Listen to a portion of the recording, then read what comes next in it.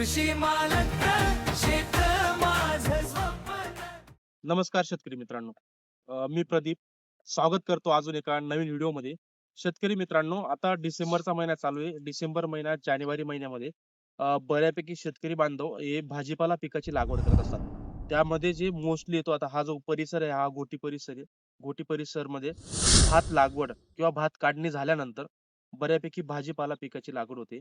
त्यामध्ये तुमचं टोमॅटो झालं, मिरची झाली आणि मोस्टली वेलवर्गीय म्हणजे कुकुरबिटासी फॅमिलीमधले जेवढेही भाजीपाला आहे ती लागवड होते.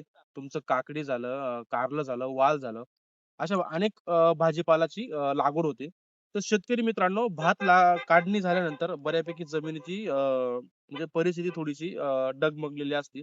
अन्नद्रव्यांचं अप-डाऊन होतं आणि त्याच्यामुळे काय होतं, न्यूट्रिएंट कधी-कधी आपण जे नंतर भाजीपाला लागतो, तर त्याच्यामध्ये काय होतं, की अन्नद्रव्य हे फारसं अपटेक होत नाही किंवा जमिनीमधल्या ज्या घातक बुरशी असतात, त्या बुरशा पाहिजे तशा अटॅक करत असतात पिकांवरती किंवा पिकांच्या मुळांवरती आणि त्याच्यामुळे तुमचं मर, सुकवा, डंपिंग आणि किंवा पांढरी मुळी न चालणं किंवा पांढरी मुळी न वाढणं, संख्या न वाढणं, अशा बऱ्याच अडचणींना आपल्याला सामोरे जावं लागतं.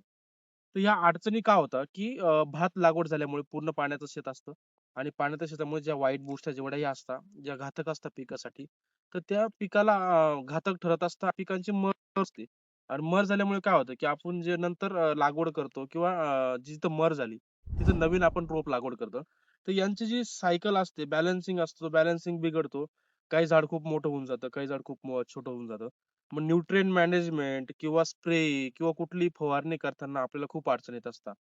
कारण आपण फुटव्यासाठी आपण जी ग्रेड देतो, ती ग्रेड काही झाडांना लागते, दुसऱ्या झाडांना लागत नाही. तर मर, सुकवा, डंपिंग यासाठी जर बायोलॉजिकल पद्धतीने जे शास्त्रीय पद्धती आणि पारंपरिक पद्धतीतून मागे वापरत आलो होतो आपण. तर त्याला जर तुम्हाला कंट्रोल करायचं असेल तर तुम्हाला 3 प्रॉडक्ट सांगतो. ते 3 प्रॉडक्ट तुम्ही अवश्य वापरा आणि त्याचं जे प्रमाण पण खूप चांगलं आहे. तर तुमचं पहिलं जे प्रॉडक्ट आहे ते व्हिरिडेक्स, त्याच्यामध्ये ट्रायकोडर्मा व्हिरिडी असते. दुसरं जे प्रॉडक्ट आहे ते स्पोरॅडिक्स आहे. त्याच्यामध्ये सुडोमोनास फ्लोरेसेन्स असतो. आता हे व्हिरिडिक्स आणि स्पोरॅडिक्स हे दोघं प्रॉडक्ट आहे 5-5% मधले जे प्रॉडक्ट आहे. त्याच्यामध्ये ट्रायकोडर्मा आणि तुमचं सुडोमोनास हे 5-5% पर्यंत आपण तिथं त्याच्यात पाहायला भेटतं. त्यात तुम्हाला प्रीमियम व्हॅम एचडी हे जे प्रॉडक्ट याच्यामध्ये मोरायचं आहे. तिघांचं कॉम्बिनेशन घ्यायचंय. व्हिरिडेक्सचं पण 5 ग्रॅम आहे आणि व्हॅम एचडी जे मायक्रोरायझा आहे याचं 100 ग्रॅमचं प्रमाण आहे. तर 100% वापरा. दुसरी किंवा तिसऱ्या ड्रिंचिंगला वापरा. तर हमखास तुम्हाला चांगला गॅरंटेड रिझल्ट येतो. तर 100% वापरा आणि अधिक माहितीसाठी खाली दिलेल्या नंबरवरती संपर्क साधा. धन्यवाद.